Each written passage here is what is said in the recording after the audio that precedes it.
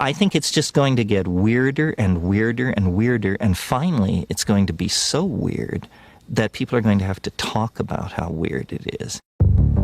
Eventually people are going to say, what the hell is going on? It's not enough to say it's nuts. You have to explain why it's so nuts. The invention of artificial life, the cloning of human beings, possible contact with extraterrestrials, the systems which are in place to keep the world sane are utterly inadequate to the forces that have been unleashed. Welcome back to Forbidden Knowledge News. I'm your host, Chris Matthew. Today my guest is Matt Ehret. Check out my films. Doors of Perception is on Amazon Prime and free on Relay. Occult Louisiana is on Tubi, Roku, Apple, and a few more. We're booking guests for March. If you have any suggestions or you'd like to be a guest, email me forbiddenknowledgenews@gmail.com. Today I want to welcome Matt Ehret. He is a journalist and co-founder of the Rising Tide Foundation. He is also an author and editor-in-chief of Canadian Patriot Review. He is Dean of Political Science at the American University of Moscow and host of Pluralia Dialogos. Matt, welcome. How you doing? Hey, thanks for having me on. I'm doing okay. Well, thanks so much for coming on. Today, we're going to get an introduction into your work related to the origins of today's institutions, as well as the techniques of psychological warfare used by ancient mystery cults by maintaining basically a pantheon of false deities and rituals, as well as psychological manipulation, which has evolved into the use of technology, I believe. But you've presented some amazing information about the hidden levels of power. I'm really looking forward to sharing your work with the audience. Before we do, this is your first time on. Tell us a little bit more about yourself and let the audience know how they can find out more. Yeah, sure. I'm really looking forward to this. And sure enough, if people want to look a little bit more into my background, my work, what I do, I wear a few hats. So they can go to CanadianPatriot.org. It's a little geopolitical historic platform I set up back in 2012. Still maintains daily updates and things like that. And all of my books, my documentaries that I've made with my wife. We started a production studio a few years back, and we've produced about 18 films. And growing. So that's all available, very easy to find. Substack. There's another website called Rising Tide Foundation. And yeah, sure enough, we've been very, very passionate about the idea of trying to figure out what are the historic roots of today's problems. And that's taken us into prolonged investigations, maybe overly prolonged obsessions into mapping out the subtle structures of intelligence, counterintelligence operations, how that overlaps with the occult. And then, as soon as you start going in that place, before you know it, you're seeing patterns that tie the control grid of the ancient world with the medieval ages, with the Crusades, with the the entire 20th century abominations of world wars to the present situation. So it's been a journey, but we're it's a fun voyage in some ways, demoralizing in other ways, but we're doing what we can do.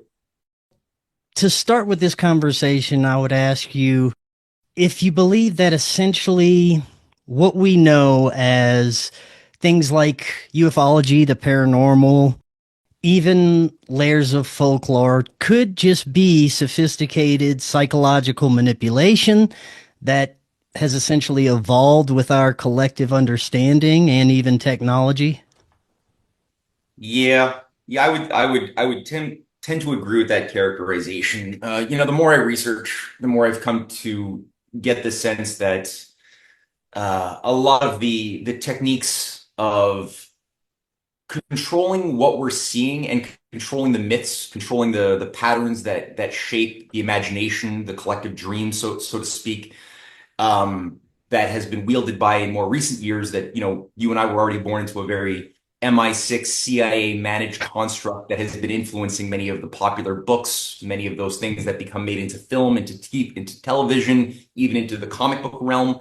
A lot of these things are not something simply created for entertainment, but have been constructed with the intention of shaping, you can call it predictive programming or you can call it something else, but shaping our idea or imagination of what the future is, what human nature is, what the unknowns are that shape and color that which is outside of the boundary conditions, outside of the so-called liminal space of what our basket of perceptions interprets as being our reality that we either have to become instruments towards advancing or adapt to or whatever. So that's not I don't think shouldn't be a surprise for a lot of people listening to a show like this, that the CIA has been backing, bankrolling and shaping a lot of the stories in our Hollywood films going back a very long time, or that people like H.G. Wells, who I think was one of the early pioneers of this new technique or at least its modern expression of this type of mass psychological warfare through his science fiction novels and other things. There's a continuity that these things are there because H.G. Wells was also a highly vetted grand strategist for a system of ancient evil that he was devoted to being a servant of and to maintaining. That was that was directly part of his participation as a member of the Fabian Society of England that created the London School of Economics, that shaped several generations of economic mercenaries it all overlaps. I think the problem today is that people tend to compartmentalize things myopically into like, I'm interested in politics. Oh no, but I'm interested in economics. I'm interested in entertainment. I like music. I'm going to look at that, and you can't really do that. They all overlap. And just to say, like, as you were getting across that this is not new. There's new innovations, but I think when you look at the coloring of how we imagined in the 16th century, in the 17th century, even earlier in the medieval ages, across different parts of Europe, certain stories would be passed down as folk tales that would account for why children would go missing. Pied Pipers.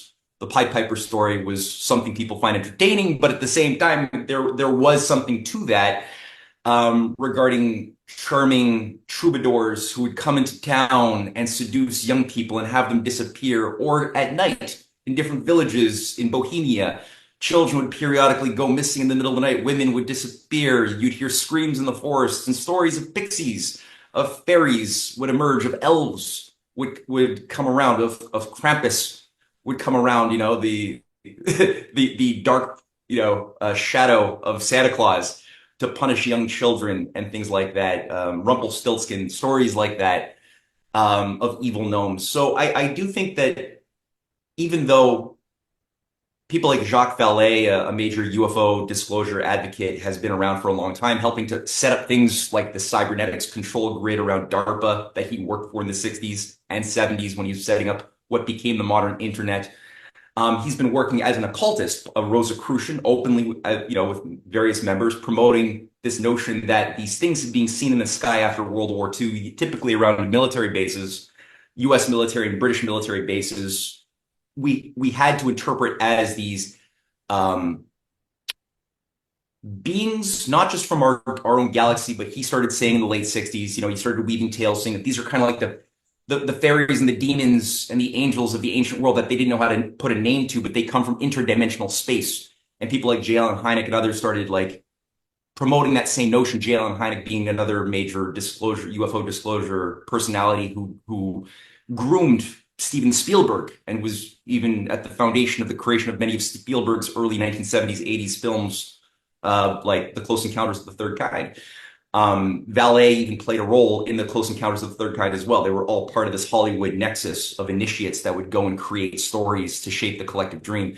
But I think that what they're doing has been something that has...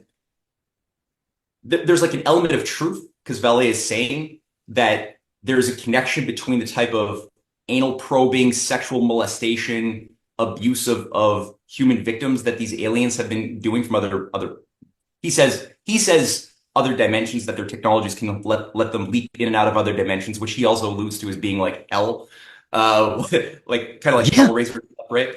And he's like, oh, but there's a connection between that pattern of abuse and the type of abuse that we had recorded from 18th, 19th medieval folk tales of elves and things like that. And there's an element of truth, but I would say in my research that it actually is more likely continuous satanic covens and cults that are organized by high-level warlocks and initiatory priesthoods that have been maintaining a powerful underground, especially within the higher echelons of the noble families of Europe that came to power, especially right before the Crusades were launched, or that reemerged into power positions, even though they had formerly enjoyed nearly unchallenged power for centuries under the Roman Empire, under earlier Babylon.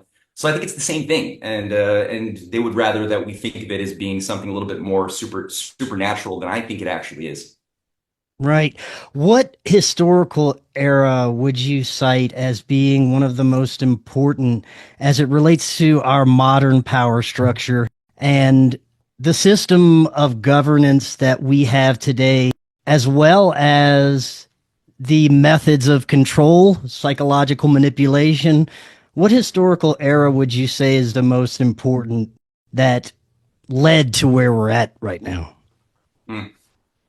It's one of those tough questions, right? Because it's like there's a lot of really important periods that I think shape the contour, the template of what we're current or what's currently driving us into a certain very bad slaughterhouse.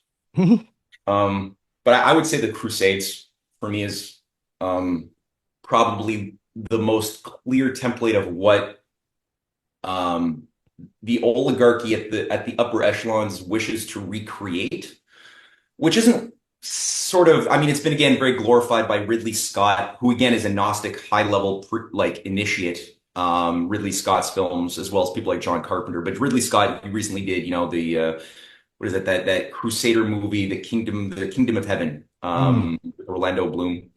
But there's been like a lot of Excalibur, Arthurian legends turned into Hollywood films to romanticize the period of the Crusades. Even Robin Hood, frankly, was probably the head of a witch coven. Which there's an A24 movie actually with what's his name, the guy who plays Wolverine, Hugh Jackman, who's gonna be playing Robin Hood, which I think is probably a more probably a more truthful expression of the real Robin Hood as somebody who was an absolute, like it wasn't the story of him and his merry men stealing from the rich, giving to the poor. Not true. The actual character seems to have been more like Vlad the Impaler. But that was, again, you have all these things taking place in the context of the Crusades that have romanticized it enormously. But I think when you actually take a sober look at what that whole thing was that went on in a big way from like the end of the 11th century, 1095 was sort of the unleashing of the Crusader policy, all the way up until I would say, it's sort of, I mean, it was the end of the 13th century, right before the Templars were taken down, that a kingdom of Jerusalem was maintained in Palestine today.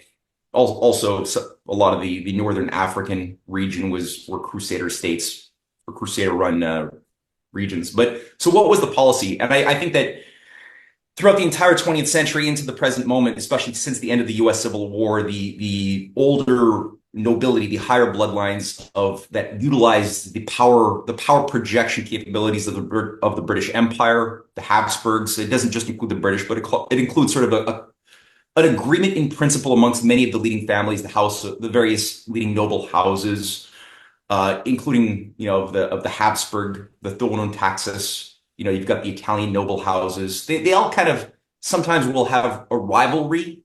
It's kind of like sharks vying for power positions, but they all kind of agree that their bloodlines are sacred and that they need to work together ultimately to keep the structures of the control grid in place in such a manner that the slave families, which is the vast majority of humanity, remain under I guess you could say, sort of in a cave. If we're going to use Plato's famous allegory, that most people have to remain in a status of cattle, believing that the shadows that they can perceive, known as sense perceptions, are all that reality is, but seeing from the mind's eye, utilizing the higher domain of creative thought, is something only reserved for the the puppet masters who will control the projections of shadows that are cast onto the cave wall of our sense perceptions, and those, the H.G. Wells, the Valets will be vetted and will serve the interests of their higher masters. So you got this weird wiring of the system. Now, I'd say when you look at people like Count Coudenhove Kalergi, who shaped so much of the 20th century, he set up the Pan-Europa movement that established what became NATO, the European Union, the entire transformation of the abolishment in the United States of any of its anti-imperial heritage in favor of becoming an Anglo-American sort of monstrosity, which is really what it became, especially after World War II. But if you read his writings, you read the writings of a lot of these characters who are at the top, they really do want to bring back feudalism, which is what, if you look at the Crusades, one thing that made the Crusades possible is just a few decades before the Crusades were launched, what needed to happen first was the destruction of the Anglo-Saxon nobility of England. So that was done through the course of what's called the Norman invasions. So the Norman, which are the Northmen, the Viking, you know, mercenaries. It was basically a pagan structure of ISIS-like a warrior caste culture that was used as proxies to get to destroy lands that were not playing along with the blueprint of the higher oligarchs that wanted to reconstitute their own new Babylonian Roman Empire that had formally collapsed a few centuries earlier. So what did they do? They did the Norman invasion. They instituted feudalism. They brought in feudalism for the first time. Before that, there was no feudalism in England. They did the same thing for southern Italy, where there was a Norman invasion of Italy as well, bringing in once again feudalism, which established legally codified human beings as a form of property on the land, a form of cattle to be owned by a lord, a baron. You had things like the Doomsday Book, which is immediately set up by William the Conqueror as a book that parceled out various lands of England, and that established that various selected families that were devoted to his system would be granted these possessions that until Doomsday, until the end of times. Now, once that was in place, these groups also had formally established themselves in France. That's why they came from Normandy in the west coast of France, where they formally used that as their base of operations. So there's this French aspect, this Anglo-French quality to the Northmen.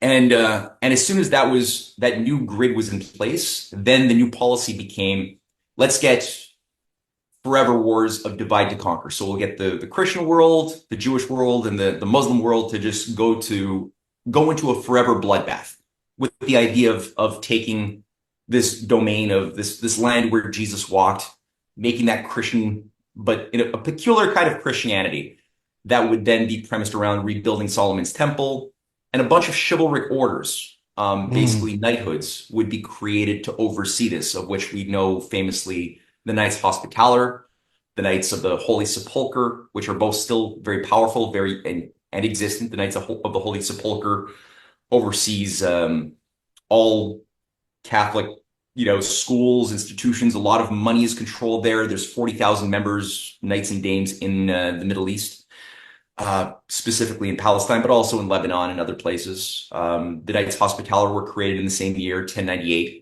They're today known as the Knights of Malta. There's branches in the Anglican realm of the Knights of Saint John of Jerusalem. Pretty much, I'd say nearly every single lieutenant governor of Canada or of the Commonwealth have to be first ordained as Knights of the Order of Saint John of Jerusalem before they can be vetted to play their role as expressions of the power of the crown in various parts of the Commonwealth. But the Knights of the Order of Malta has been very big.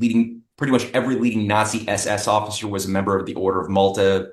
Alan Dulles, every CIA director on the other side of the Iron Curtain, was a member of the Order of Malta. It's an initiatory order, and I think on a lower level, like any kind of society like this, there's probably very nice charitable things that most members are not aware of. But at the higher up you go in the echelons, and and the more you start entering the esoteric part of the structure, the more I think the truth comes out of what this actually has been for the last 1,000 years. And the Knights Templar was another one, which was the poor Knights of Solomon's Temple, because their headquarters were, in Mount Moriah, Solomon's Mines, where today you have Al-Aqsa Mosque, one of the holiest sites of the Muslim world that they use as their stables, and these various chivalric orders sort of oversaw massive, not just feudalism, but also child abduction operations. So you had things like the Children's Crusade, which was overseen by the Templars and the Knights of Malta, which saw 40,000 children of Europe just disappear as the kids were told to go on a crusade, because the kids are more pure and the adults are more corrupt. So the kids are more touched by the power of transmitting the messaging of the angels. And you had a few kids who seem to have gone through like MK Ultra, proto MK Ultra operations, convinced that they're channelers of Archangel Michael. And you had the prophet, this 10-year-old prophet, Stephen, and another girl like an Ursula, no, it doesn't matter.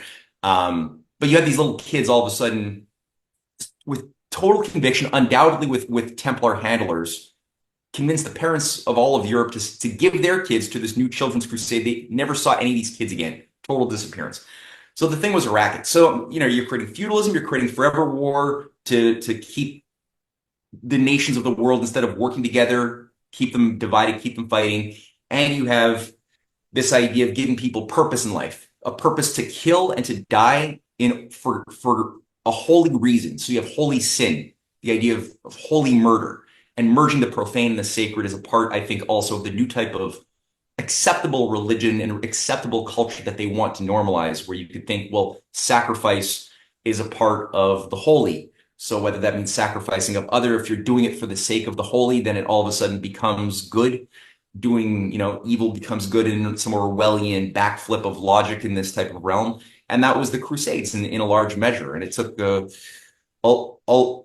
it basically brought us into a global dark age. And that was another aspect of it too, is that under the Crusades and feudalism that came with these knighthoods, you had a system of banking. So that, modern banking, weaponized banking, emerged out of the Templar control of most of the finance. The Templars controlled most of the royal financial treasuries, even the papacy and the papal banking was all controlled by Templars. And that was at the heart of modern commercial banking and investment banking, or deposit banking, because it was difficult to, travel a treacherous journey. You'd be at risk of having pirates or whatever rob you. So the Templars had control of these new temples and houses where you could just put in your money in one house in France and go to Palestine and pull out the same quantity of cash with a little fee to the Templars. But they controlled a lot of that stuff too. So you had this stuff, which also fed into their operations in Italy,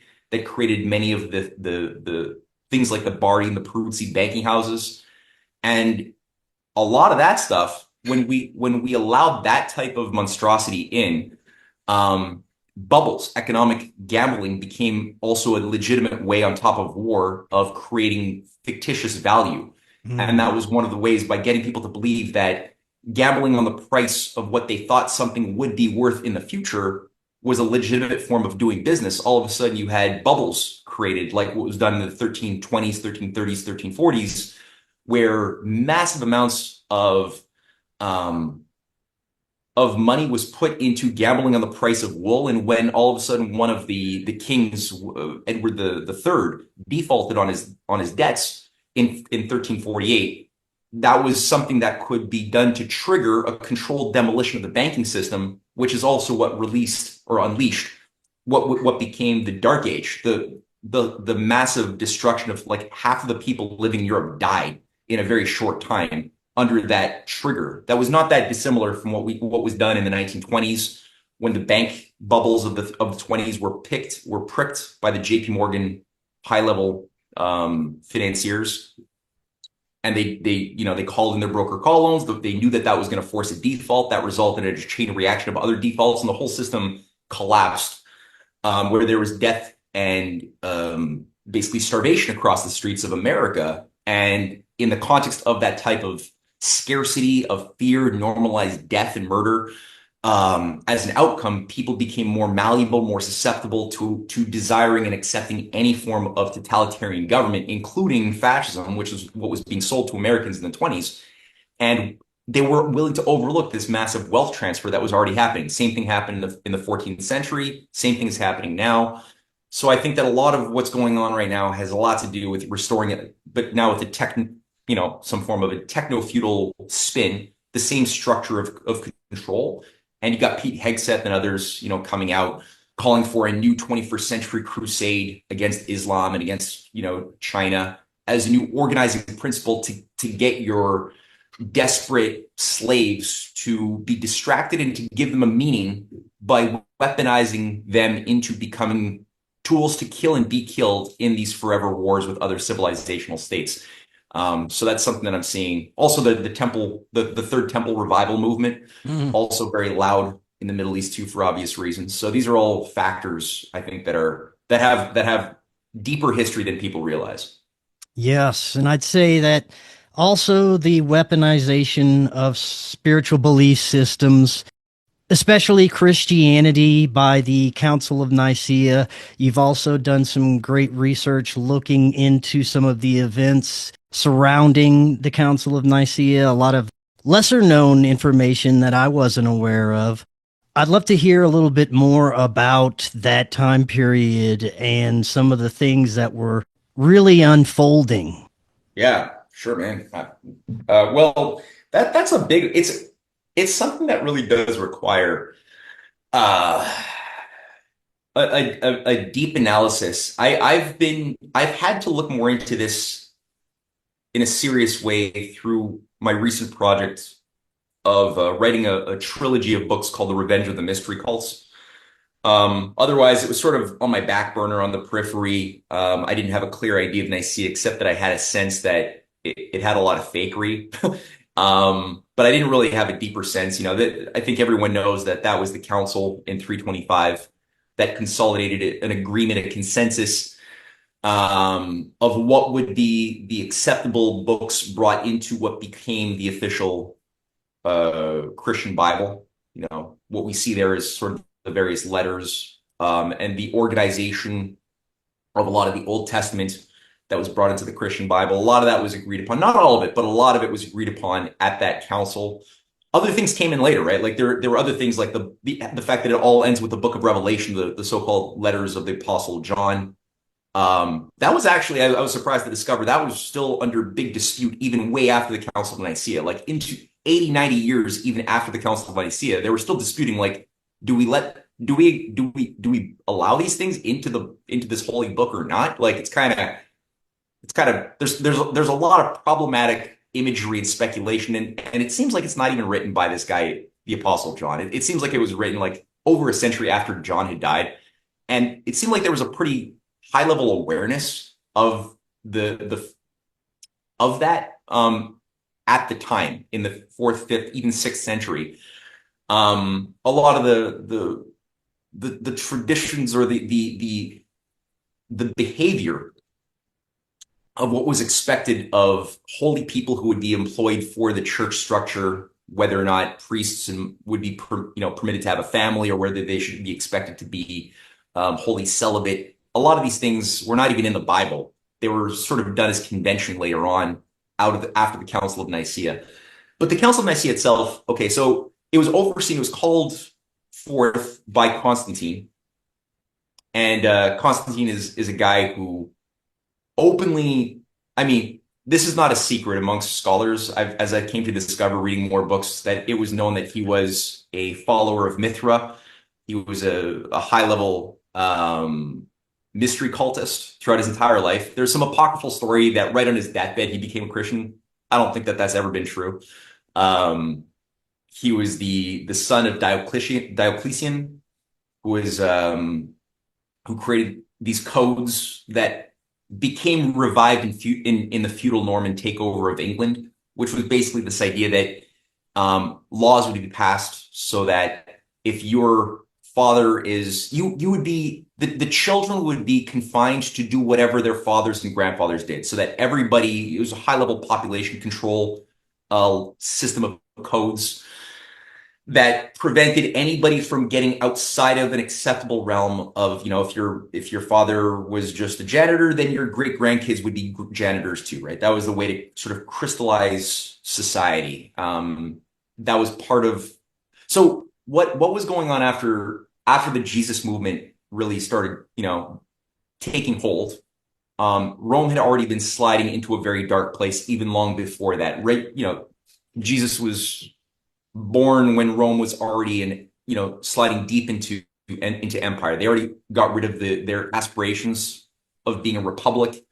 That had already happened as soon as uh, Julius Caesar crowned himself the emperor, or and then civil wars were unleashed for like 20 years, 25 years of civil war to just mushy up Rome. I'm saying this as context to get at the Council of Nicaea, of course, but Yeah. it's a roundabout thing. So, you know, Caesar's killed, but then you have Mark Antony, you got Brutus taking faction sides, you got Emperor Octavio Augustus working on kind of with Mark Antony against Brutus, who's leading the killing of, he's leading the conspiracy to kill Caesar. So you've got these terrible wars. Every single sort of high level player has their own little mercenary groups of Roman legionnaires. Now, what's in the context of that, Cicero, who's one of the only sane people who's trying to keep shit together, he ends up getting killed by Mark Antony because he's a troublemaker. He's not playing this left right game that you're supposed to play in the context of a civil war. So he gets killed. He gets his head cut off. At a certain point, Mark Antony and Cleopatra end up dying, and Octavio Augustus, the nephew of Julius Caesar, comes out as the guy. He comes out as the new leader who will reconstitute the world, and the new cult of the Caesars is created. Now, what's often left out of that story is that the mystery cults are shaping everything. So really, the Civil War of Rome is a battle between whether or not this new coming out of a phoenix, an alchemical dissolution of the old republic of Rome, coming out of that phoenixing, dissolve it coagula operation, whether the new seat of power for the world was going to be Alexandria, which is where Mark Antony and Cleopatra had chosen to reconstitute Rome, was Alexandria, and that's where the cult of Isis had its greatest power, and that's what Cleopatra and Mark Antony were devoted to. Or would it be the cult of Mithra, and would it be Rome, which would be the center of the new command, which is where Caesar Augustus preferred to have the center of this new empire? So neither side was good, because the cult of Mithra and the cult of Isis were kind of the same thing in many ways, but with different flavors. One embodied the sort of occult feminine principle, the other one the occult masculine, but they also overlap, right? Anyway. The cult of Mithra became sort of the more Apollonian cult, which favored a warrior Mithraic knighthood. It was a male-only initiatory system of 7 degrees. Maybe there might be a secret 8th degree. And they worshipped in these Mithraims under the earth, representing the womb of Gaia. That was sort of why all of the Mithraims are located under the earth in these little grottos. There's still like 500 that have been excavated all over Europe, North Africa, the Middle East. There's tons of them. They keep finding more every day. And it's Mithra is the figure with the Phrygian cap, who's a solar deity portrayed usually in his Roman expression as sacrificing a bull and looking over to Apollo or Helios to his upper right-hand corner and away from Venus, a lunar deity, otherwise known sometimes as Dionysius or Bacchanal, Bacchus being the god of revelry and ecstatic states at night. So, whether it's Apollo, Dionysius, or whether it's Venus and Helios, whatever it is, it's the same thing. It's you do your duty, you project an image of being dutiful in the daytime, And at night, you let out your inner beast, and you do an orgy, and you kill somebody while you're having sex with them or something. Right? Yeah. Again, it gets messed up. But Yeah. that's the sort of practice of these initiatory cults. ISIS, not that different in so many ways. But ultimately, it seemed like around at the end of the Civil War, like we're talking 43, 42 BC, there was a deal cut on the Isle of Capri between Caesar Augustus and the high priest of Mithra that they would go fully with him, or they would go fully with Rome, which is ultimately what happened instead of Alexandria. And coming out of that, there was a new expansionist policy. And Rome, you see the expansionism of Rome now basically fulfilling the ambitions of the earlier Babylon that tried but failed to become, the systematic singular hegemonic control grid that failed centuries and centuries earlier. They tried it again with Persia, didn't quite work. Now it was with Rome, because again, Mithra comes from Persia. That's sort of the origin of Mithra being brought into Rome, was from Persia and through Anatolia into Rome during this 60 BC period. So every member of the legionnaires, every member of the Praetorian Guard had to be initiated into the cult of Mithra.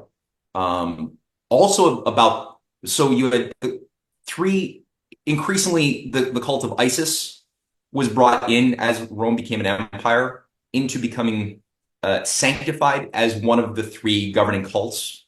The other one being Attis, Cybele Attis was the third of these three dominant mystery cults that shaped the world as Rome expanded. And one was for men only, but of course there were still some homosexual degrees of initiation. I think the third degree was you had to basically have a male marriage with one of your brethren or something similar that was done with the Templars, as we came to discover later on during the first modern witch trials, which was the Templars, who were doing a lot of the same Mithraic practices in their own coven. And the world was getting really sick. The population had to be made docile of Rome by the games, so like today's Ultimate Fighting Championships, but with more fatalities, Yeah. was something much more normalized. And so coming out of this, it was just hell. It was hellish. It was debauchery, and it was kind of like a breath of fresh air that you had all of a sudden this Jesus movement that were breaking away from this pagan system of aesthetics and of behavior, prizing certain things that were fundamentally human and that touched a deep chord, right? And this idea of agapic love, of the power of forgiveness and peace over revenge. All of these things were really part of that thing. But it wasn't just, there's a lot of battles over what was this new thing. It was something that spun out of Judaism. Jesus himself was, people actually today would probably dispute that, but I'm pretty sure Jesus himself was a Jew, and he spun out. That was a spin-off of something else, but it wasn't called Christianity. It was, the Romans thought of it as just another Jewish subcult or something like that. And there wasn't agreed upon codex of what it believed. There were certain letters written by some of Jesus's followers, but that was kind of loosey-goosey. So it was highly open to infiltration. That was the problem, is that when you read a lot of the battle lines of Saint Irenaeus of Lyon, or Clement of Alexandria, or Eusebius, and some of these early church fathers pre and during Nicaea, they're very high quality intellects. Like the level of philosophical depth that they have is mind boggling. Origen as well as another early church father, second century, powerful intellects, often Platonists. But they're dealing with this infiltration of this early Christianity, because a lot of these mystery cults, the cults of Isis, the cults of Mithra, they're spinning off Christianized versions of themselves that are being infused into these early Christian networks that are, again, highly decentralized. Because of that lack of oversight, it's very open for things like the followers of Simon the Magician, who's basically a very evil being who's like one of the saints of the Crowleyite Black Mass network. There's Simon the Magician, and these figures are professing to be sort of the new messiahs. That they're like, yeah, Jesus is great, we love Jesus, but now there's this new thing that supersedes Jesus, and it becomes basically the Sethian Gospels. A lot of the things that were discovered in the after World War II, around the same time that UFOs began to be observed around military bases, is around the same time that you had the Nag Hammadi scriptures and the Dead Sea Scrolls discovered. And for people listening to your show, I'm using air quotes because I Yeah. don't think they were discovered. I think they were planted there as part of a new coming out party of the Gnostics. But starting especially in the second, third, and fourth century, you had these new Gnostic movements of the followers of Valentinius, the followers of Basilides, the followers of Marcion, all of whom were sort of making new creative uh, writings of the Gospels, of the letters of the um, various followers of Jesus. Apostles. Yeah. And and what they were doing is they were infusing the initiatory rites of initiation of the cults of Isis, of Cybele, of Attis, of Orpheus, of Mithra into a Christian garb, where things like eating of the flesh and the drinking of the blood became a lot less allegorical and a lot more literal. Of like you had things like the what is it? Is Eusebius or no? It's Saint Irenaeus of Lyon. He documents the ritual of the closing of the flame, where at the end of the ceremonies of the followers of Simon the Magician and Valentinius, which usually involved some sacred prostitutes, you had the shutting off of the flame at the end of the ceremony where an orgy would break out. Usually in the middle of that orgy, there were ceremonies that involved wrapping like an infant with dough and beating it and then baking it, kind of like Yeah. ball worship in its own Yeah. way. That was part of Oh, the it's not a party without ball worship. no, of course, yeah. Yes. Um, yeah, the vampire ball. So what that was very problematic because many Roman people who were not Christians, but they weren't evil either. They were just like good stoic citizens, were horrified by this new kind of Christianity that was emerging because they were all proclaiming to be the representatives of the authentic Christianity. And so they were like, I do not want this. We need to persecute this thing. And that was part of what was causing a lot of well-meaning pagan Romans to go kind of nuts, as they were seeing actual cannibalism masquerading as Christianity. And they were saying, well, yeah, let's fucking take this shit down. Put more Christians in the animal, in with the lions, please. And as an excuse, many actual good people who were Christians were getting like picked up and thrown into the lions, and they were just murdering in Colosseums tens of thousands of Christians, putting up on Roman torches to be burnt alive, this spectacle. So you could just see how and maybe there were some lower level, Gnostics who were like disposable too. They fulfilled their role, kind of like some of the lower level witches and witch covens who were like useful at causing fear in the peasants of Europe, but themselves didn't realize how disposable many of them were, so that they were allowed to like burn on a pyre every now and again, even though the people who were often getting burnt were just innocent herbalists and stuff like that. But the same thing was going on. So the Council of Nicaea, it isn't one thing. It isn't all bad and it isn't all good. It's like it's so much more complex than people treat it, as I've come to discover. There's no easy answer because there were thousands of people who participated at this ecumenical council, thousands. And it was a battle, like hard battle. You had Constantine's followers, and Constantine was a patron of Arius and the Arians, not today's Arianism, but like Arius was a bishop that rejected the Trinity, but also there were other esoteric aspects of Arian's teachings that Constantine, the Mithraic pagan, was actually in favor of, that a certain type of Christianity that was more conducive to being controllable versus other kinds that he didn't like.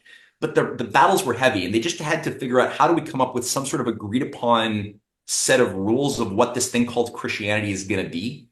And overall, the Nicene Creed, which was sort of the agreed upon manifesto or constitution of Christianity, was like this non-negotiable set of principles.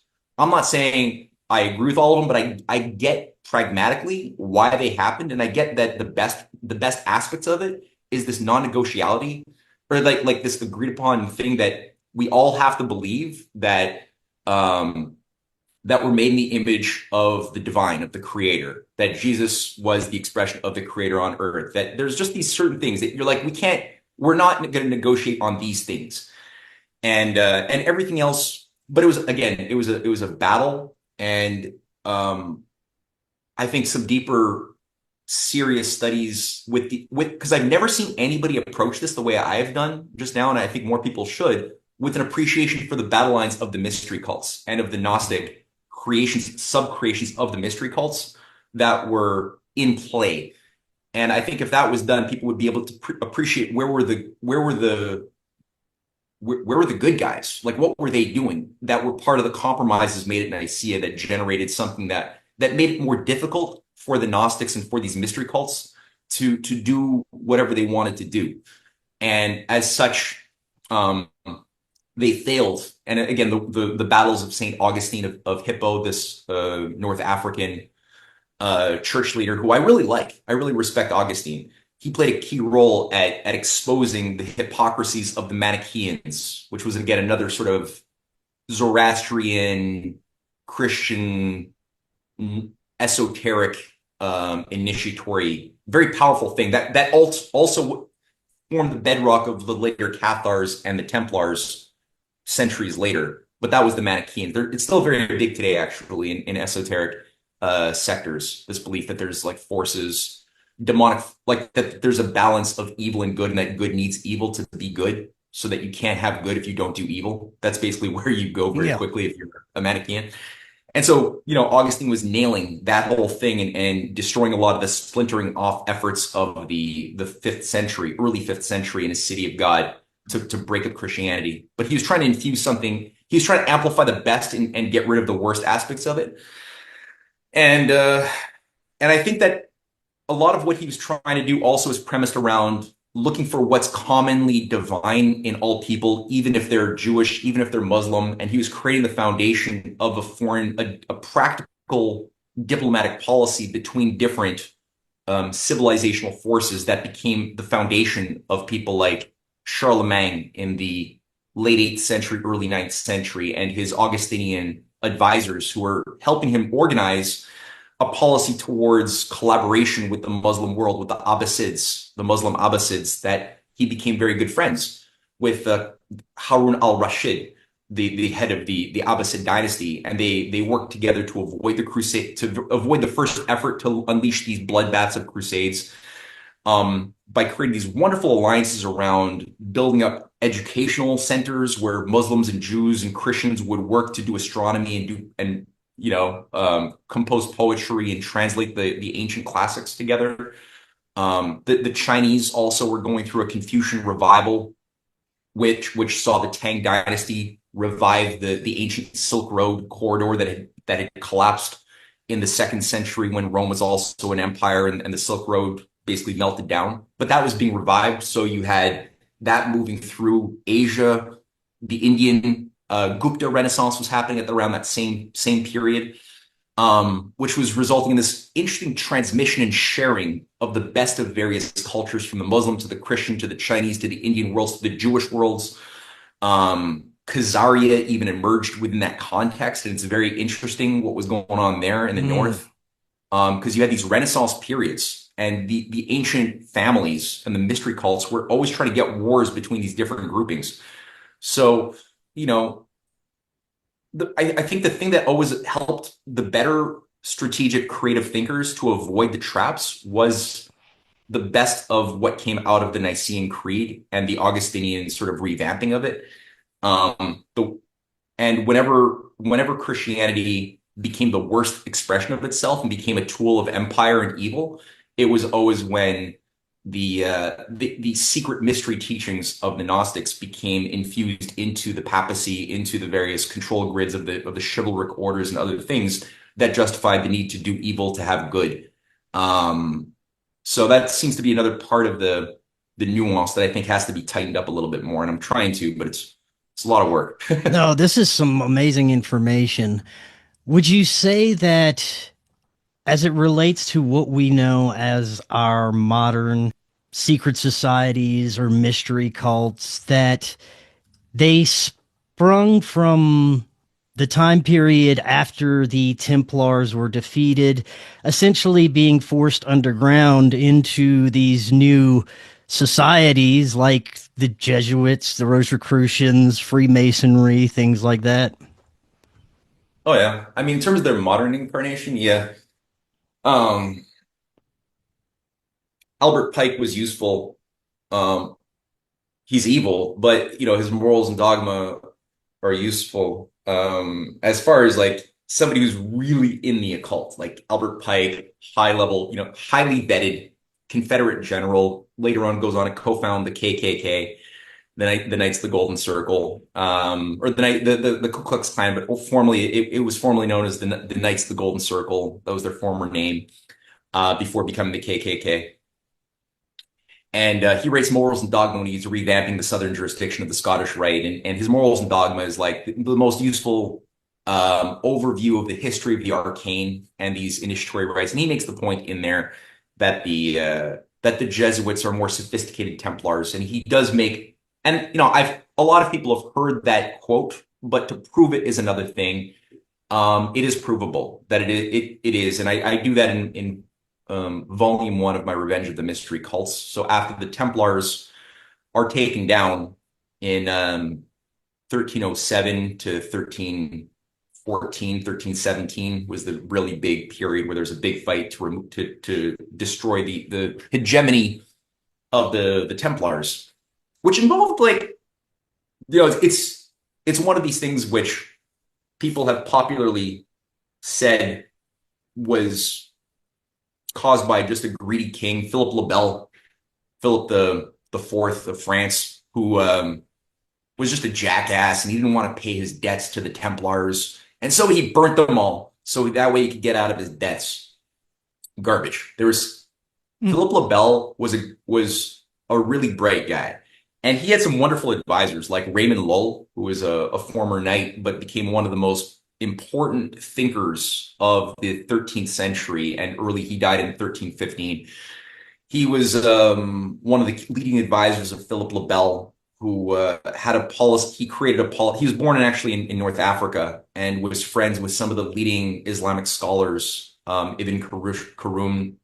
There's so many of these leading Islamic scholars that he was working with. And he was always committed to this idea that we can't stop the Crusades because it's such like a powerful organizing principle of society that he was born into. But he's like, what we can do is we can rebrand it from being something premised around war and bloodbath into something premised around education, which was what Raymond Lull, if you read all of any of his books, he's always focused on this question of how do you use Platonic dialogue in order to find common ground with other cultures who think differently but are all equally made in the image of God, right? So how do we do that? And he had, and a big part of his principle was, okay, we need to study God, the book of nature. We need to study God's creation together in order to learn to find the faculties within ourselves that are truly divine, that we can speak the same language with other religious groups who have a common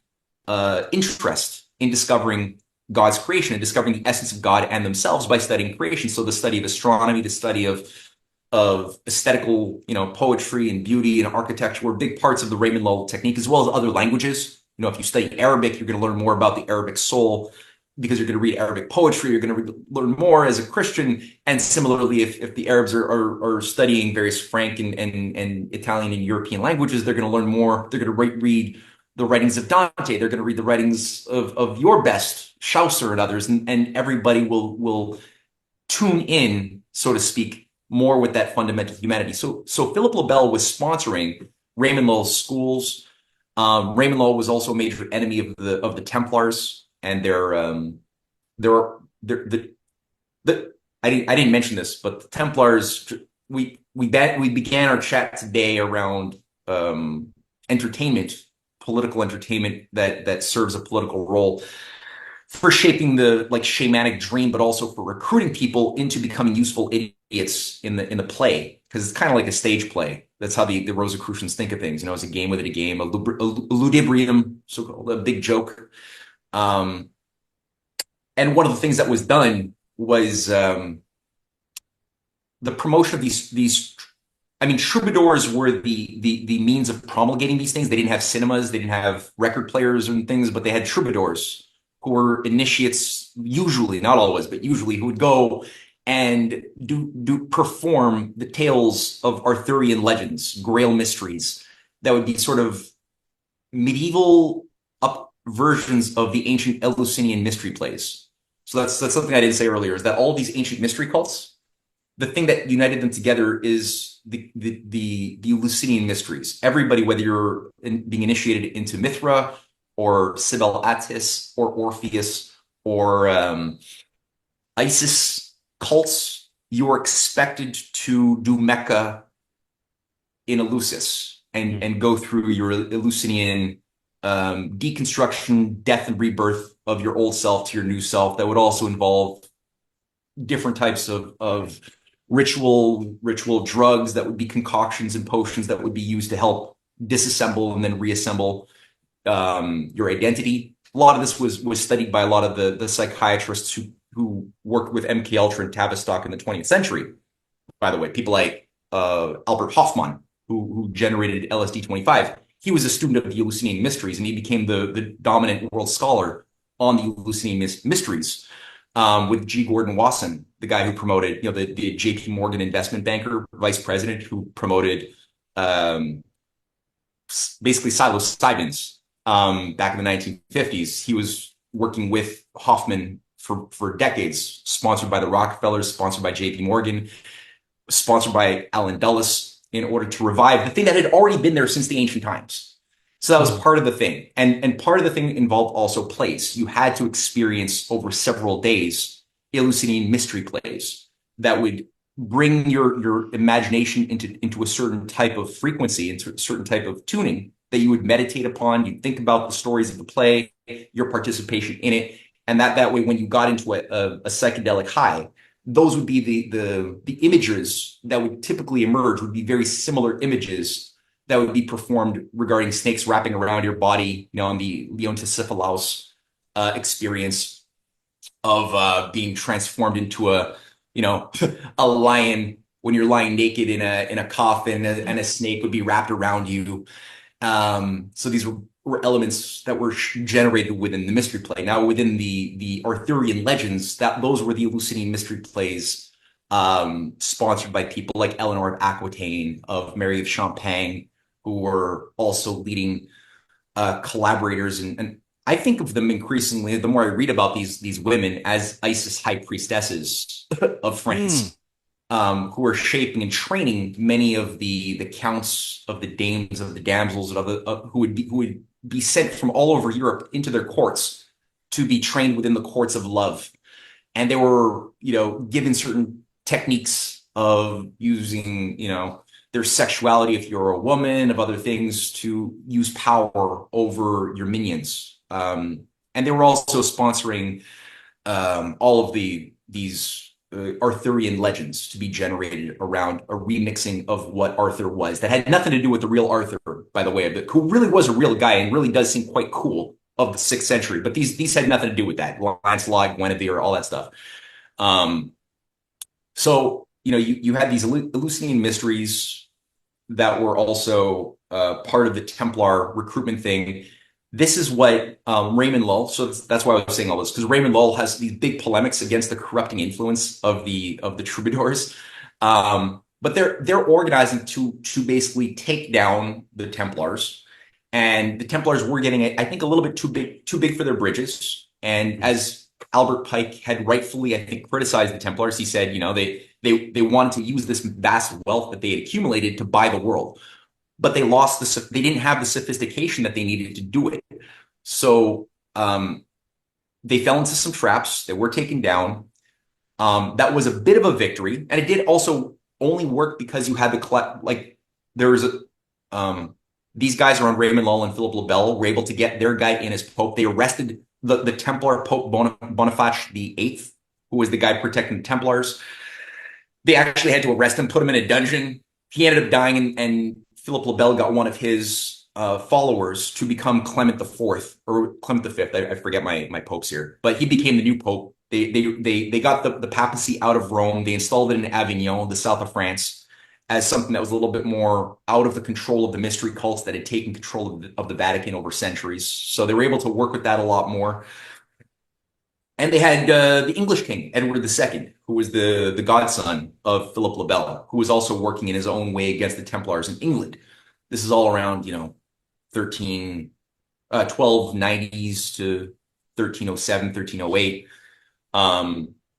But the Templars didn't disappear after Jacques de Molay and his leading minions were burnt in the world's first major witch trial, because they were whistleblowers that came out and went to the king. They went to the bishops, and they were like, they just couldn't deal with their conscience that had to do these terrible things.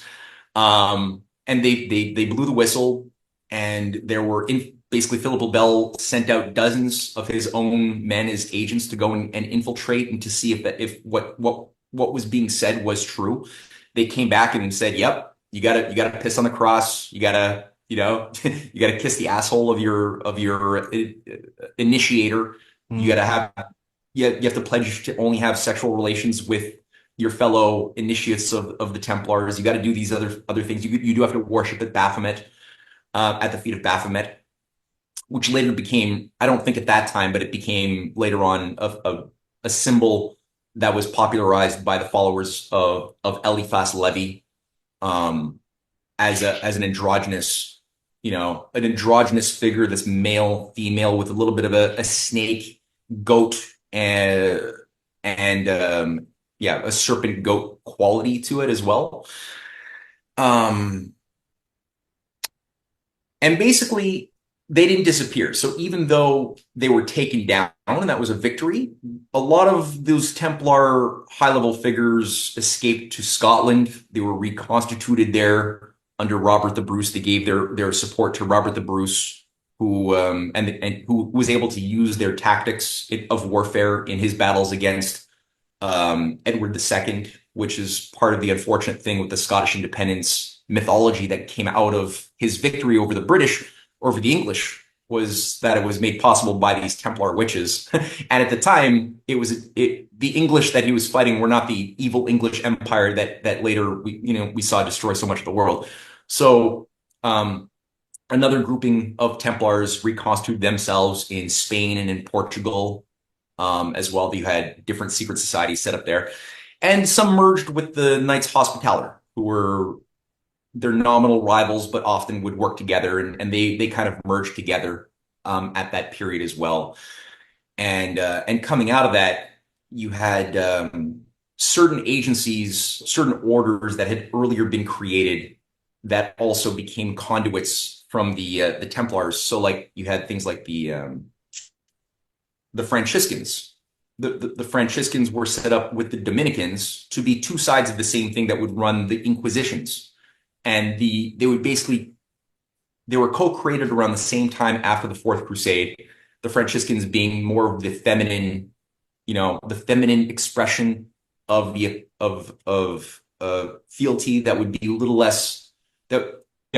Saint Francis of Assisi was a guy who was giving sermons to birds and to cats and to trees, with the idea that they're all God's creation. So there's no qualitative difference between giving a sermon to a human or to a tree or to a dog, because they're all equally made in the image of God, which is a problem that you have right there. Because again, if you could chop down a tree, but you can't chop down a person's head unless you don't make that differentiation that there's something qualitatively different. Right. And Dominic de Guzman, who created the Dominican order and was friends with Assisi, there's statues of them holding hands, embracing. He created an order around the dogs of Christ, those who would burn the world to save the world, who would be perfectly obedient Dominicans. But they would work together. One would be more of the masculine, the other the feminine, one the Mithraic, the other the Isis sort of feeling state. But they would both work again together, as often is the case with these left-hand, right-hand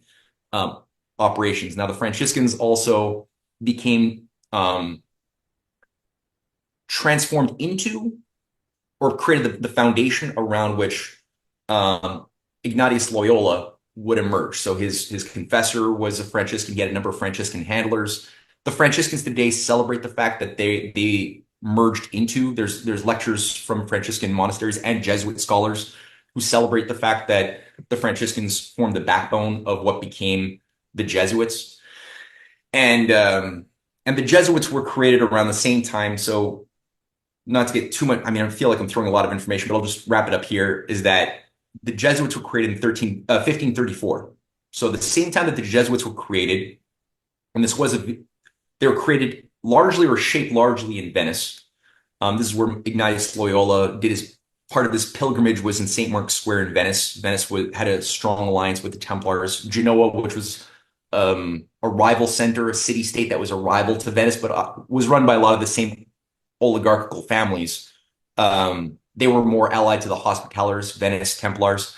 So Venice was the domain where Loyola made his famous pilgrimage and got the heartstrings of one of the leading members of the Venetian royal family, who had an angel visit his bedside in St. Mark's Square, where he had one of his palazzos.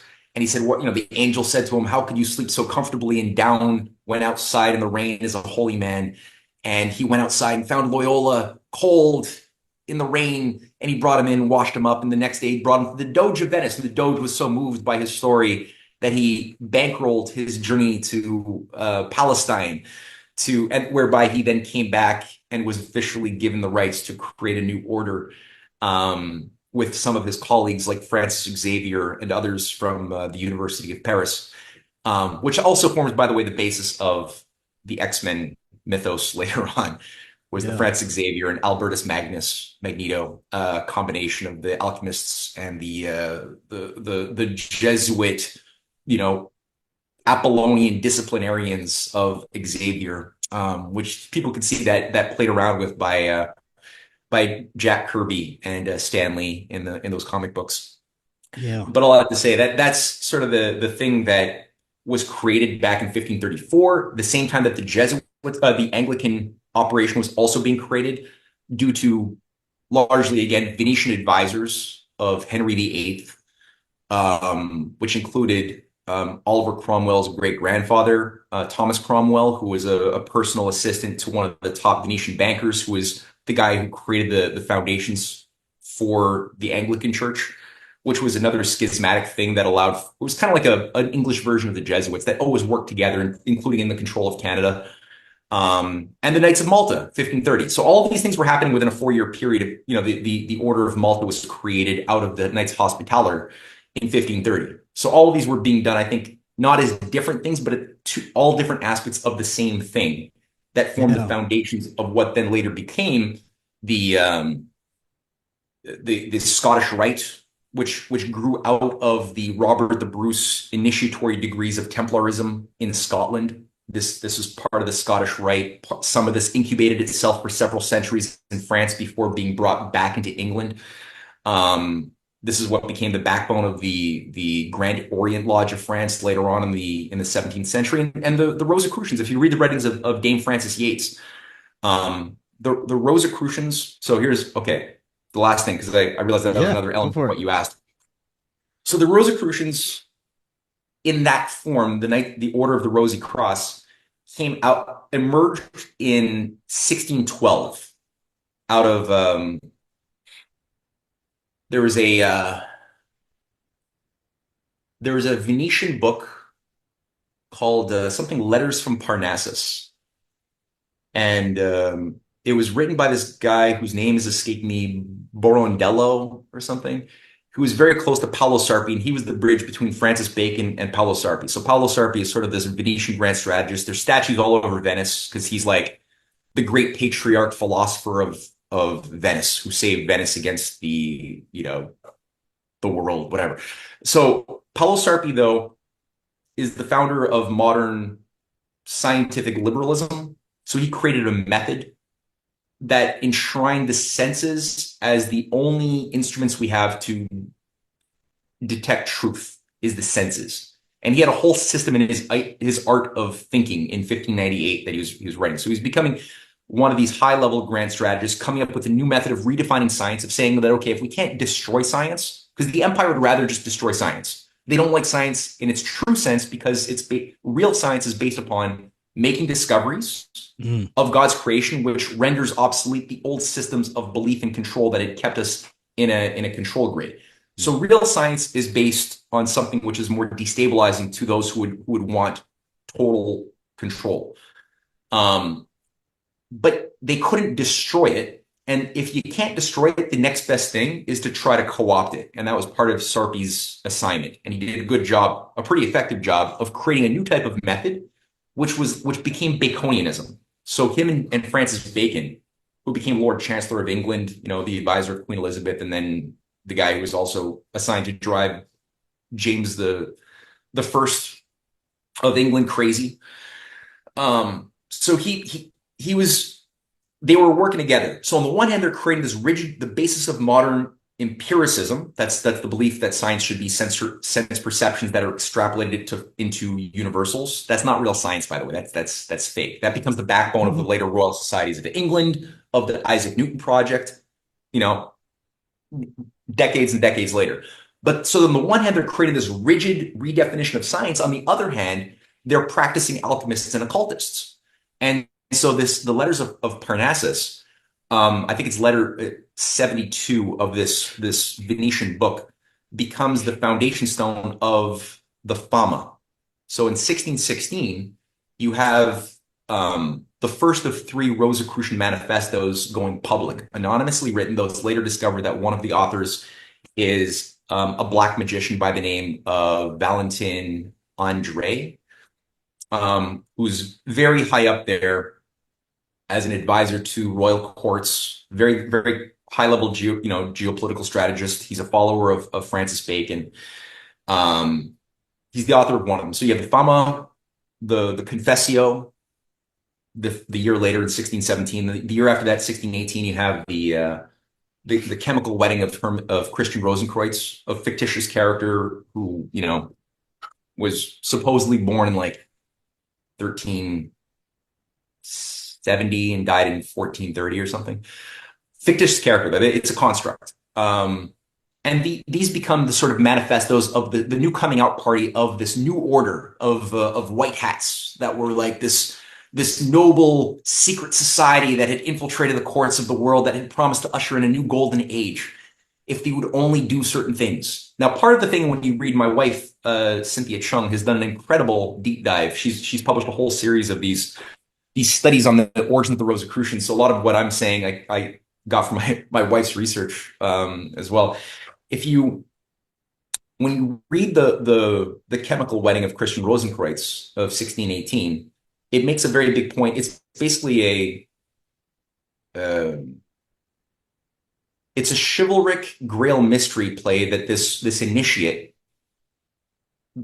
the first person who's speaking in this book, has received a letter at the end of a quest he's been on, and this letter has told him, "You've been victorious, you've solved all the problems, and now you may come to the party, the celebration with other people who have also got this special, I've got the golden ticket, you got the golden ticket."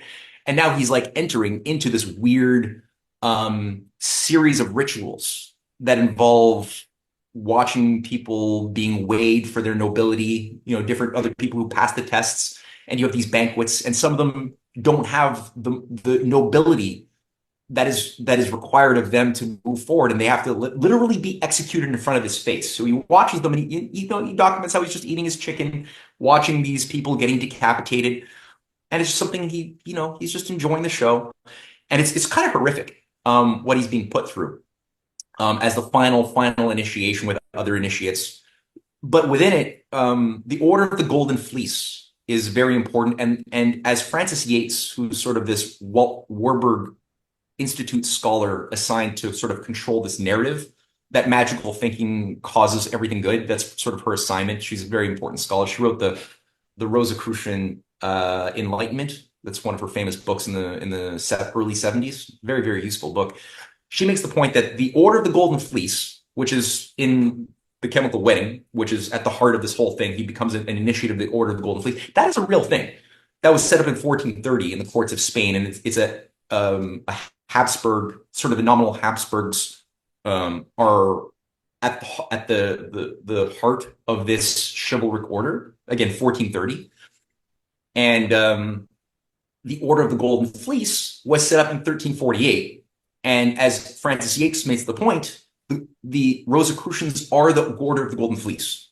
And sure enough, when you who was creating the Order of the Golden Fleece? The Order of the Garter. Sorry, not the Golden. The Order of the Garter. Who was setting that up in 1348? It was Edward III, the guy who unleashes the Black Plague, who sets off the banking collapse in 1348. That's the guy who unleashes the 100 Years' War, which is sort of like a phoenix alchemical bloodbath of that destroys so many lives, like half the population. It's the death is unimaginable of English and French, but it spreads even to other countries. A lot of it's focused on England, though. This is England and France. This is the guy who's creating the Order of the Garter. And the Order of the Garter today exists as the highest chivalric order of England. And the Order of the Fleece is the Austro-Hungarian, also with the Spanish branch of the Habsburg family that oversees the Order of the Golden Fleece. They work together. And part of what Edward III is doing when he's creating the Order of the Garter is he brings all of the feudal Norman barons, the knights and sub-knights of England together for several days of mystery plays. That's part of the official historic records. And he creates the Round Table. He loves the mystery plays, the Arthurian legends so much that he creates his Order of the Round Table. There's jousting, there's other weird things going on. Apparently evening orgies. He's apparently also a witch, according to Gerald Gardner, who's the disciple of Aleister Crowley and the founder of modern Wicca. Gardner had written in the 50s and 60s a number of works on the historic currents of witchcraft, and he makes the point, and I think he's correct, that Edward III is a witch, and when he sets up the Order of the Garter, it's got 26 members. That Gardner makes the point that's two witch covens of 13 with a head witch at the top of both. And there's a whole story around the Garter as well as being one of the signs of adherence to witchcraft, which Edward III was a part of. It seems also on the historic record that his father, Edward II, who was the son of Philip le Bel, who helped take down the Templars, was himself murdered by witches. That there was a hex, a collective hex organized, a curse, in 1325 against the life of Edward II. And the way these things work, it's usually he's just killed, and then all of the useful idiots who are part of these witch covens are then led to believe that they did it and the spirits were abiding by their will, because the person that they did the hex on goes and wakes up dead, and they're like, oh, look, we did it. So that's just a confirmation bias that's been used to maintain this type of thing for a long time. Yeah. So yeah, this is what literally translates into the Rosicrucians become the backbone, and they make the point that this is in one of their manifestos, and I think it's the chemical wedding, but it might be the Fama. They say that they will wait for 100 years to emerge in a new form to advance their golden age. Now, keep in mind, whenever they promise a golden age, they always promise golden ages. It always results in a stupid set of idiots who believe it to do things that result in a bloodbath of multi-generational war, whether it's the 30 Years' War, which was the direct outcome of the three Rosicrucian manifestos that was burst onto the scene in 1620, or whether it was the 100 Years' War, that was the consequence also of useful idiot Edward III Witch, who then unleashes his golden age, which is actually just 100 Years of War, or whether it's the Crusades earlier on, which was promised to be a golden age. As soon as we take the kingdom of Jerusalem and rebuild Solomon's temple, we'll have a golden age for all mankind after we've... No, it doesn't work that way. It's always the opposite effect, which is the intention. And so that is what forms the basis of the modern Freemasonry that emerges in 1712 in England first, and then sort of branches out, with the Scottish Rite soon following suit at the early 1800s. Actually, it was already incubating in a different form in the 1700s. And the Grand Orient in the early 1700s was an outgrowth of that. So yeah, you you can map this out. Again, my wife's uh, ongoing work on her Substack and my New Babylon, Mystery Babylon and the Age of Aquarius book also kind of goes into some of that mapping. And the last thing I'll just say too is the Benedictine monasteries. The Benedictine order is everywhere in this thing. That was like that was the first modern order set up in the 1525 period, or sorry, not 50, 525 period by a Roman patrician who went through again an ecstatic revelatory experience inside of a cave, which is always what they do, whether it's Loyola or whether it's Francis or whatever. You got to go into a cave, isolate yourself with a sensory deprivation kind of therapy, maybe with some other, handlers giving you certain things in your bread, like ergot, whatever. And you start seeing lights and angels and shit. And you come out thinking after a period of a few months or years in the cave that you're the Messiah and you can create a new order you're touched. And that's sort of the Benedictines become sort of one of the top cults controllers that are seeding these different agencies, which is where if you look at the Templars, they're created by a Benedictine Grand Master, Bernard de Clairvaux, who creates and runs the Cistercians. These are radical Benedictines. Or you look at Gerard de Sasso, who's the founder of the Knights Hospitaller, they're just everywhere, these Benedictines. So I'd say that that's another aspect of the story too. This is such great information, man. We'll definitely have to do this again because there's so much that I'd like to get to. But to close out, I'd like to get your thoughts on how these mystery cults have continued to weaponize modern folklore, ufology, through groups like the Theosophists, the Invisible College, and basically infiltrating what we know as modern ufology to create this new UFO religion, essentially. Yeah, man, that's a big one. That's going to be the topic of our new episode 5 movie, actually. So we've done the hidden hand behind UFOs. So we've done 4 episodes. 1, 2, 3. So 4 is on Roswell and the birth of a new legend. Episode 5 is going to be on the Theosophists and Aleister Crowley. This will also bring in things like L. Ron Hubbard and Jack Parsons from the Crowley's OTO Lodge in California, which you can't really zero in on that question without looking at the Crowleyites. Crowley created the foundations. Actually, he designed in 1918 or 17 during World War I. He actually designed the template of what became the Greys, or what became used as the model for the Gray aliens throughout the next 100 years. That's the figure of Lam, Lam, this demon that presented itself in one of his magical workings. Mm-hmm. And his followers, Jack Parsons again, L. Ron Hubbard, took it to the next level, especially L. Ron. After World War II was done. So the thing about all of these guys, including Crowley, is that they're part of something that exploded onto the scene in a big way a little bit after the U.S. Civil War. The U.S. Civil War is a big moment because that was supposed to go in a different direction completely. That was the thing Albert Pike was overseeing as far as this Order of the Golden Circle. It would kind of like a chivalric.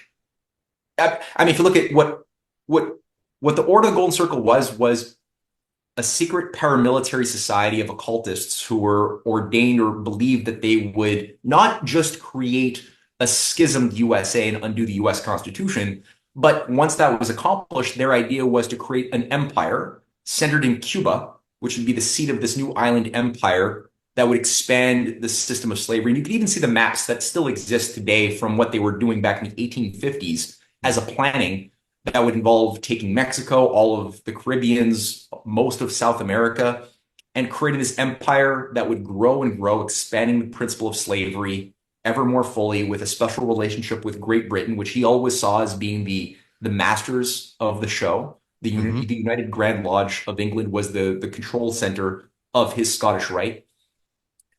And that was supposed to be victorious. But, again, cooler heads who were much smarter than many of the politicians we have today were able to sort of avoid falling into these traps of left versus right dichotomizations that had also the northern branch of the Scottish Rite organized around agents of, I mean, if the Scottish Rite had a northern and a southern branch, right? And the northern branch also was devoted to the United Empire Grand Lodge. They also were all in favor of erasing the Constitution, basically creating a new nation, a new Northern Confederacy that would have a special relationship with England. The Southern branch would have their own special relationship, and increasingly, that would be the foundation around which the new Roman Empire would be sort of rebirthed. Lincoln and company didn't fall for those traps. They had a different strategy. So the oligarchy, once the Civil War went in a way they didn't like, they had to get more creative. And so one of the things they did is they immediately created in 1875 the Theosophists around a Russian mystic, the granddaughter of the leader of the Rite of Strict Observance and the Martinists of Russia, which was Madame Blavatsky's grandfather. That's how she was introduced to the writings of Eliphas Levi as well, and Edward Bulwer-Lytton. So she actually was a disciple of Lytton and Levi, as was Colonel Olcott and getting my name to my Quan Judge. So you have this new movement set up as sort of the spiritual warfare branch of the British Empire that was designed to overthrow conventional Christianity, conventional morality, conventional ideas of the virtue of having families and following your conscience. Get rid of all of that and create a new revival of the mystery cults. And so her Isis Unveiled was sort of the ISIS coming out party in 1879 or 1878 was her first manifesto.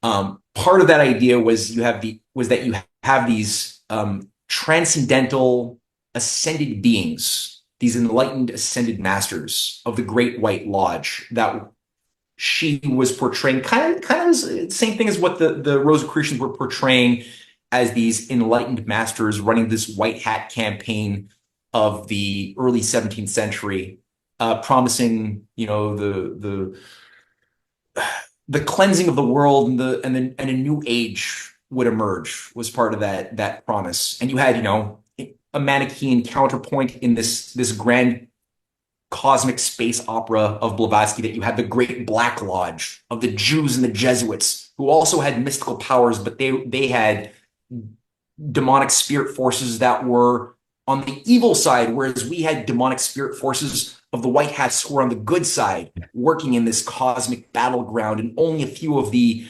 enlightened elites had the power of transmitting, of channeling the messengers, the hidden messengers of Saint Germain and Master Moria and Kutumai and all of these characters that she just kind of created out of. She just created a bunch of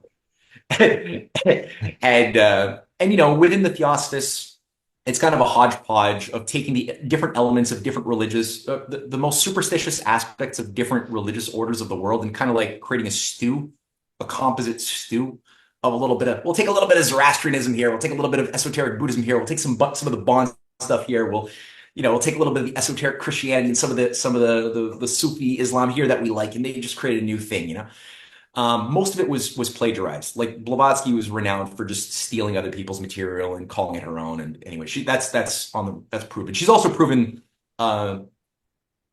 stage magician. She was found culpable and she was caught just making up using stage magic in order to make it appear like letters were being transmuted into her physical reality, written by the ascended masters who were giving her instructions on how her followers should obey her in ADR India, where they set up their headquarters, and sure enough, every single when you will allow this kind of shit into the world, these kinds of groups always get schismatic, because at some point you're going to have some other dude, whether it's an Annie Besant or a Charles Leadbeater or whatever, all of a sudden say, well, actually, the Master Moria was speaking to me last night, and he actually said that we should do this other thing. And you create these battles, these absurd egotistical battles between different high priests who go and say, well, all right, you're not listening to me. I'm going to create my own theosophical lodge, and it's going to the masters will say these different things, and you get these appearances of disputes, but it's just an appearance. In essence, they totally agree on the same cosmology, and that sort of creates the foundation of the belief that there are these. Lost my signal here, or my came out of my focus. Whatever, I'm blurry now. That's okay. That's all right.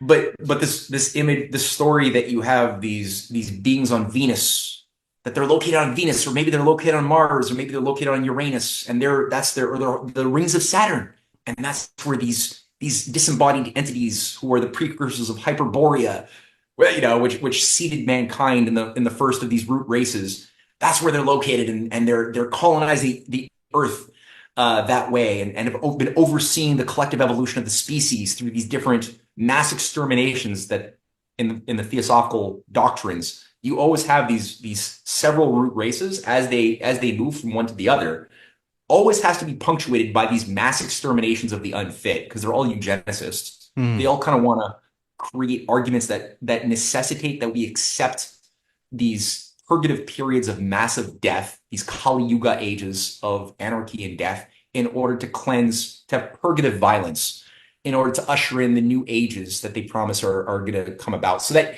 if we believe that, we will do nothing to stop it. That's part of their thing. And increasingly, the type of vast, that imaginative cosmological space that Blavatsky and her followers created, because they keep on every generation adding more detail. It created an intellectual fertile ground to start creating sub-stories and dramas that people like Leadbeater gave more. Charles Leadbeater, the prolific pedophile who worked with Blavatsky, Annie Besant, to usher in the New World teacher religion, right, with Krishnamurti. In his works in around the same time that Crowley was writing, and Crowley was also part of the same Hermetic order, the Golden Dawn Rosicrucian network that was working with Blavatsky during the 19th century. That's where the Hermetic order kind of spins right out of, with their Isis Urania temple, which is sort of how they came out. Just like Blavatsky came out with Isis Unveiled, a few years later, the Hermetic order comes out with their Isis Urania Lodge. So it's all about this Isis coming out thing. Leadbeater is just adding more detail to these ascended masters as living on other planets more directly. Blavatsky only kind of got at it from Venus, but he becomes the basis of the Venusians. If you look at a lot of the characters, like who's that guy who runs the fascist silver shirt movement in America? Pelly, William Dudley Pelly. He's running the order, the Grand Order of Tibet Theosophical Lodge in the 1920s and 30s in California, and then he goes on after the big UFO coming out party in 1946-47. He creates he creates one of the most powerful UFO cults of that period. He's also a fascist. He's promoting, Nazism and the protocols of Zion in America too. He's getting sponsored by the J.P. Morgan Rockefeller Foundation operations at the same time. And people like, Crowley's disciples, L. Ron Hubbard, goes and takes it to another level by adding even more coloring to the space operas by creating a UFO cult in 1960 or 59, coming out of his Dianetics work, which is basically just MK Ultra, mind control operations conformed to a self-help manual. Yeah. So a lot of this stuff, we're going to go through that in episode 5 of the film that's probably going to come out this summer, if not sooner. I hope sooner. Well, I love it. I want to ask you one more thing. Yeah.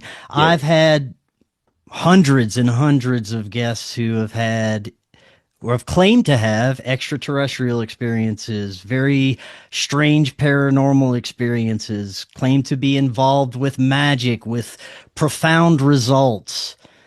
Could it be that these experiences that people are having are phenomena of consciousness, that it's coming from our own mind, that the mind is such a powerful thing, we are not giving it enough credit as it relates to what it's capable of, and possibly it may be manifesting these situations for people? What are your thoughts? Yeah, I'm totally open to that, and I've had my own experiences too. My wife and we've had some interesting anomalous experiences before we started even dating that I can't account for with the language of modern science, Yeah. we hadn't seen each other for 2 years, and all of a sudden, I got this flash of a desire to talk to her. And she that same day had been not thinking about me, and all of a sudden she started Googling my name back in 2012 and Hmm. just watching some of the classes I had been doing on YouTube.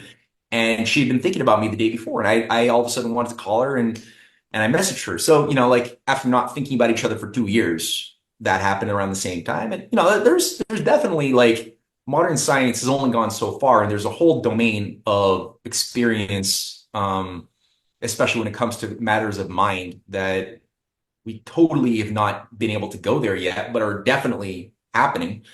I think everybody has different degrees of experience on that. So I wouldn't want to ignore or downplay what's beyond the borderlands. Yeah. But the thing is, I think a lot of it is overplayed and Weaponized as well.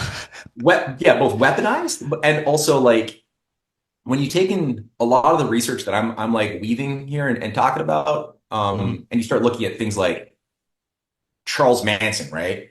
Mm. Like Charles Manson family's famous, movies have been made about it, everyone kind of knows, but how many people know that Charles Manson was initiated into Scientology when he was in jail, and he did like 250 hours of Yeah. auditing, and he had handlers the whole time. He was also overlapping with the Church of Final Judgment, the Mm. Process Church of Final Judgment, Mm. that was created by two Scientologists in England in that before coming into New York, New Orleans, Louisiana, and California, which oversaw. I cannot overstate how much of our society, the big bad, the worst of the changes in our current society since 1968 have been affected and influenced by the process Church of Final Judgment. It is Mm. ubiquitous in terms of its initiates going off and shaping the R&B movement, what becomes rap, hip hop, a lot of the underlying sects and cults that shape and groom those who are vetted to become influencers within the musical scene, um, as well as Hollywood. I mean, it's crazy.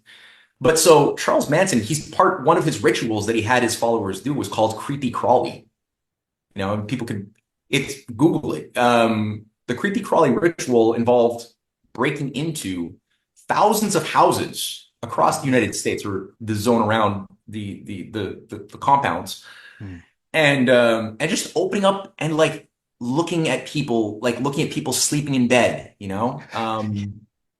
And how many people, like, if these guys are part of this whole Scientology complex that's consciously trying to craft new mythologies, new legends, new folklores for the foundation stones of this new religion that they want to create, because no religion can happen without a folklore, without like empirical testimonials. You need to have that in order for the foundation stones of the theory, right? The stories to take hold.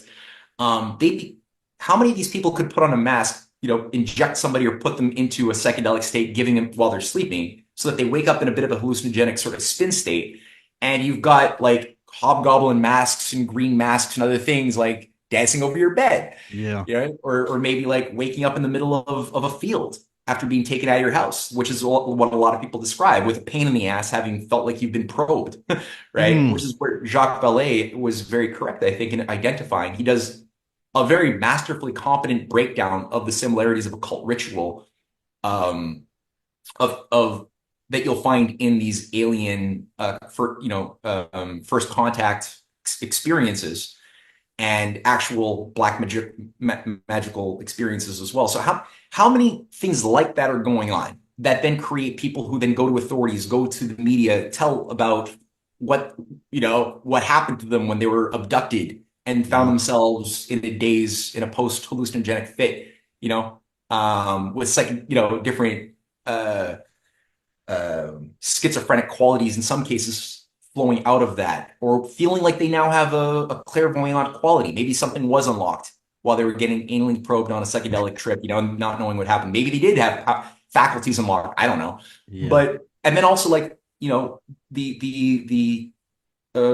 cattle mutilations that only began in 1973. Before that, there's no evidence of any cattle mutilations. But then something happens when Operation Phoenix and these Satanists like Michael Aquino come back from Vietnam, and they're now being deployed after having worked with the Process Church of Final Judgment in the 60s. They go to Vietnam, carry out mass murder of civilians in up to 40, 50,000, and then under Operation Phoenix, and then come back and apply what they learned in the laboratory of Vietnam to the American population.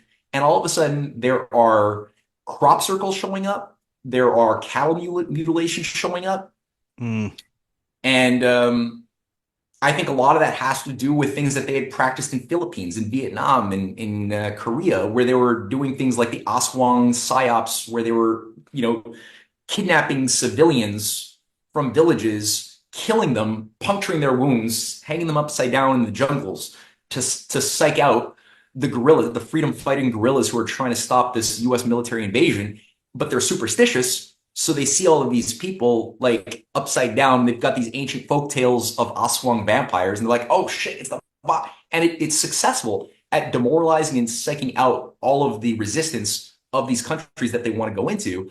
And I think they're. It seems to me that they're using a lot of these techniques and creating again other layers of the narrative that also brings in MK Ultra, things like Project Stargate, which a lot of the Scientologists are overseeing coming into America. It's high-level Scientologists like Hal Puthoff, who's overseeing, and Ingo Swann, who's overseeing the CIA Stanford Research Institute Project Stargate, that is designed to create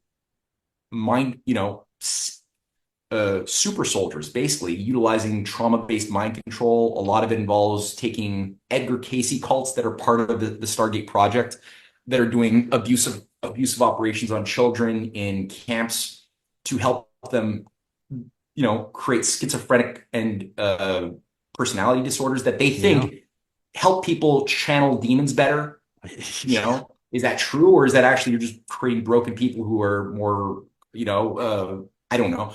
And then this becomes the basis of the revolution in military affairs. All of the work that they build up under Stargate in the 70s and the 80s becomes data that they then use to justify why the entire U.S. military needs to be trained in a totally different way by being sent to Esalen to do transcendental meditation and psychedelics and get into orgies and things like that in order to unlock their psychic powers, which then becomes the vanguard of the new Mithraic super soldier reform of the military under the Green Berets in the 80s under Michael Aquino, who's also overseen Operation Phoenix, who's now overseeing this thing, bringing in from PSYOPs to Mind Wars. And that is, part of what becomes Desert Storm. It's part of these very dangerous operatives who carry out 9/11, who do the new age, who unleash the new age of crusades that 9/11 begins. A lot of them actually do want to bring in Gog and Magog. They want to manifest the Book of Revelation. They want to do these things in the same way that the ancient Templars of 1,000 years ago also wanted to bring in this new age by manifesting here on earth what was being written in this very flimsy book of Revelation written by this guy, John, that may not have been written by John at all. It might have been just concocted by high priests and followers of the Sibelian oracles that wanted to create the foundation of religious engineering, which is exactly what Willis Harman, the guy who runs the Stanford Research Institute's, Changing Images of Man project in 1974 with Joseph Campbell. He's literally calling for the creation of religious engineers coming out of the high-level MK Ultra psychiatrists who will shape new religions.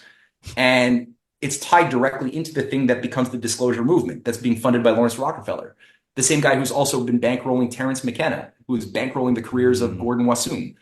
Wow. And Albert Hoffman, popularizer of LSD and the Eleusinian Mysteries 2.0.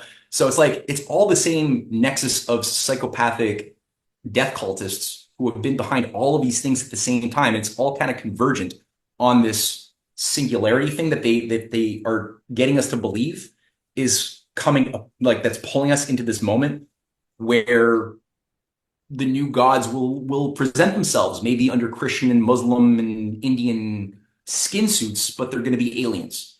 And we're going to be able to worship them through normalized mass use of sacred drugs, which is what Bobby Kennedy's campaign has been very much in favor of doing, is mass normalizing different types of those drugs that MK Ultra developed in the 50s and 60s. That's what he wants to massively legalize as part of our sacred. He doesn't say that, but I think this is what, Jacques Vallée and others want, is to have this become the new sacred communion, in order to have this idea that we're actually interfacing with these angels and demons, which are the aliens, which we can access through the fifth dimension, opened up, made possible by the psychedelics that they've been, grooming us to. And maybe life is going to be so shit that we're going to be so desperate to want to get the fuck out of reality, and into that type of drugged up state as much as possible, the way Aldous Huxley was kind of calling for in his Brave New World, was the perfect society that would just tune out very easily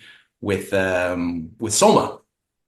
Yeah. So all that stuff, that's where I'm thinking. And I don't want to, again, downplay the real genuine aspects of the powers of mind and spirit as far as something definitely beautiful that does exist. I just think a lot of it's contaminated. A lot of what we talk about is contaminated by this other thing.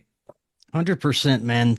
It's wild. There's so many layers, so much theater, and there's so much more we could get to. So again, I'd love to have you back on, get a little deeper.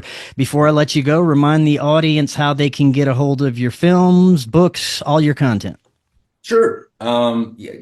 Easiest place for the books and the films is CanadianPatriot.org, and otherwise, risingtidefoundation.net. We host weekly meetings, seminars, things like that for subscribers, and Substack, MatthewErit.substack.com. I try to put out things every day, so you can check those 3 things out.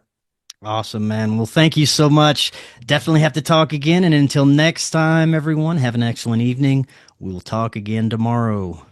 We'll see y'all then. Hello, friends. I am so excited to tell you about Independent Media Token. Independent Media Token is a brand new way to show your support for independent media without having to donate a dime.